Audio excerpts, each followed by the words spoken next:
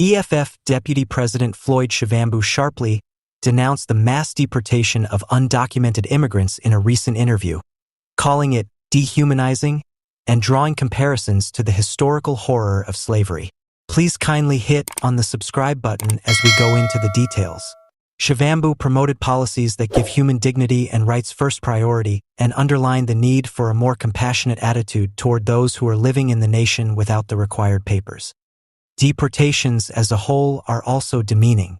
It seems as if you are also treating people like animals. With much anger, Shivambu said, "We cannot do that." He suggested ways to enable law-abiding people to get naturalized and regularized while calling for a review of the present deportation policy. Shivambu thinks that those who make valuable contributions to society shouldn't have an excessively tough time obtaining citizenship. Shivambu made a clear analogy between the historical evils of slavery and the practice of mass deportations. Mass deportations are a horrible practice.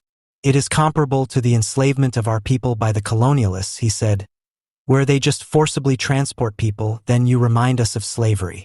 He asked decision-makers to embrace more inclusive and compassionate policies in place of those that harken back to such sad periods of history. Shivambu also addressed the idea that deportation only means returning people to their countries of origin throughout the interview. He questioned this viewpoint by drawing attention to the uncertainty surrounding the backgrounds and situations of individual people. No compelled conveyance. How do you know they have a place to live? They must be from someplace, after all. No, but they may be traveling from a nation that is on another territory, he retorted. Shivambu's comments highlight the need of respecting human rights principles in tackling migratory difficulties as immigration policy discussions continue. Once more, Representative Leader Floyd Shivambu of the Monetary Political Dissidents has expressed his displeasure with the African Public Congress and its leader, President Cyril Ramaphosa, over their newfound alliance with a dubious figure known for his tribalistic beliefs. The argument that ensued led to a meeting where President Ramaphosa was seen interacting with the antagonist, whose problematic ancestor's speech pattern is well known. The aforementioned experience has sparked strong opposition, especially from the EFF, an organization that has consistently opposed tribalism and its detrimental consequences on public attachment. So your trusted advisors support radical tribalists and even mention them in relation to the presidency. Shivambu made his statement in light of the ANC's unambiguous support. Races and electing governmental issues ought to never prompt the difference of guideline for comfort and political advantage. We understand your anguish, however there are some explicit acts that are just unacceptable to be associated with anything less than complete irresponsibility. His claim includes a more critical assessment of the African Public Congress's ANC current tactics, which some see as illogically negative and disconnected from the organization's core principles. According to the head of the EFF's delegation, these alliances undermine the ANC's true principles and exacerbate earlier social and political fissures in the nation.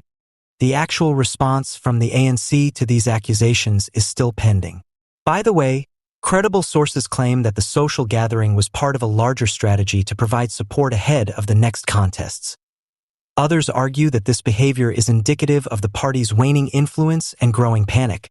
In light of this incident, discussions on the potential for tribalism to influence South African political matters have resumed.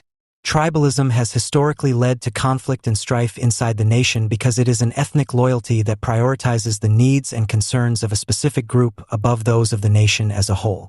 The EFF adamantly rejects such divides, in contrast to the ANC's recent actions, which highlights a substantial philosophical divergence between the two ideological factions. Given the heated political climate leading up to the elections, it's conceivable that this contentious subject will deepen differences and alter public opinion. The censure by the EFF emphasizes the eternal significance of fortitude and rule when they are disregarded in the sake of political ease.